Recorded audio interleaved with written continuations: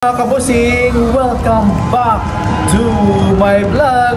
So for today's video nga yan mga kabusing, ang pag-uusapan natin ay ang kakatapos lang na Mr. Cosmopolitan mga kabusing, na kung saan meron na ngang winners ang Mr. Cosmopolitan mga kabusing, na kung saan ang ating pambato na si Kenneth Marcelino ay namayagpag nga dyan mga kabusing. At syempre, before this mga kabusing, nais ko muna kayong bati na magandang gabi. At syempre, sa lahat pong nanonood po sa aking YouTube channel, hello po. At sana po ay nakasubscribe po kayo sa aking YouTube channel. At syempre, please like and subscribe nga mga kabusing.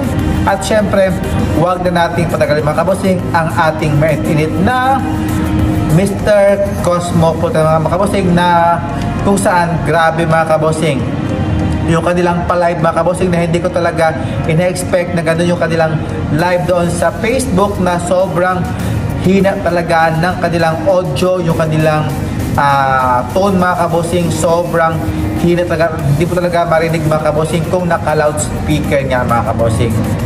Kahit pinul mo na kabusing yung kanila, yung sa cellphone ko, hindi mo talaga marinig masyado, hindi mo talagang iganyan din mga kabusing yung cellphone mo para marinig yung boses nga. I don't know kung naka-headset mga kabusing, kung okay naman talaga yung kanilang audio doon. But happy naman ako mga kabusing, kasi ang ating pambato na si Kenneth Marcelino is umarang ka na mga kabusing sa top 5. At syempre, nagtapos nga dyan sa first runner-up. At syempre, yung host nga dyan mga kabusing, si Kim Goodburn nga mga kabusing ng Mr. International 2023 na siya yung nanalo bilang isang Mr. International mga kabusing.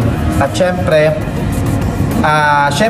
nakapasok dyan mga kabusing sa top 10. Andyan na nga dyan si Nigeria, si Malaysia, si Vietnam, si Spain, syempre si Philippines, andyan din, pasok na pasok. Si France, South Africa, Thailand, Laos, at syempre si Taiwan nga mga kabosing. Sila yung nakapasok sa top 10 nung after ng swimsuit competition nga mga kabosing. So, nag-base doon sa kanilang performance sa mga previous din mga kabosing kung sino talaga ang makapasok sa top 10. At yan nga ay si Taiwan. At syempre, si Taiwan nga dyan ang naunguna sa votings mga kabosing. At syempre, nung tinawag dyan mga kabosing, yung top 10 mga kabosing, pagandahan ng kanilang evening formal wear mga kabosing, syempre, ating pambato na si Kenneth hindi talaga nagpakabog mga kabosing, pagandahan talaga. Syempre, sa swimsuit pa lang mga kabosing, kumakabog na talaga ang ang ating pambato na si Kenneth mga kabosing. At syempre, huwag na natin patagalin mga kabosing yung kung sino talaga nag-stand out sa swimsuit run mga kabosing. At syempre, nag-stand out dyan si Vietnam, maganda na ako sa kanyang katawan.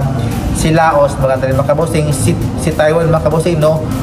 Grabe talaga si Taiwan, para siyang si Dieter Ocampo mga kabosing kung sa malayuan mga kabosing, kasi may dimple dito sa gilid, sa gitna si Taiwan. At syempre, si Nigeria mga kabosing, grabe, ganda ng kanyang katawan, yung performance niya sa swimsuit round.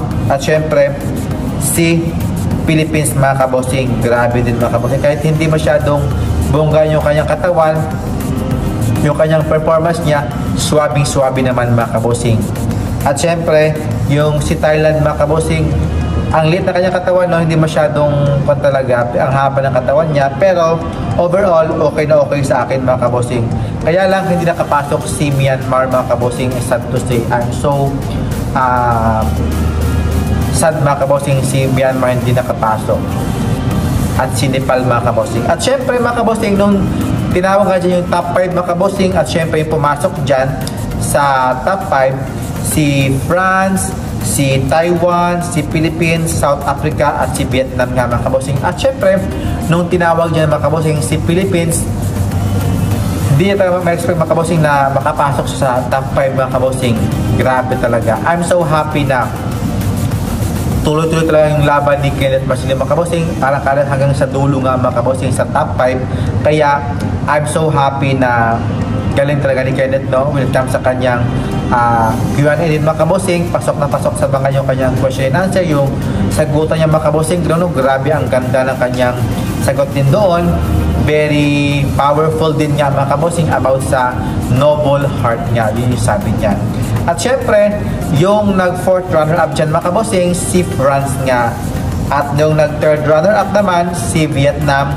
Nag-second runner-up, si South Africa. At syempre, yung nag-first runner-up nga dyan, si Philippines. At ang winner bilang isang Mr. Cosmopolitan 2025 na si Taiwan. At syempre, si Philippines and Taiwan yung naghawak kamay nga dyan mga kabosing. Kaya grabe, congratulations sa winners. At pasok na pasok nga dyan mga kabosing sa ang ating pambato dyan. Kaya maraming salamat at thank you for watching. Kayo guys, na happy kayo sa resulta. Ako, happy ako sa resulta mga kabosing kasi kahit nag-first runner up nga dyan, big achievement na yan mga kabosing. At syempre sa Mr. Pilipinas Worldwide, congratulations and syukran po and have a nice day. God bless. Kapungkap and good night. Bye bye. Mwah.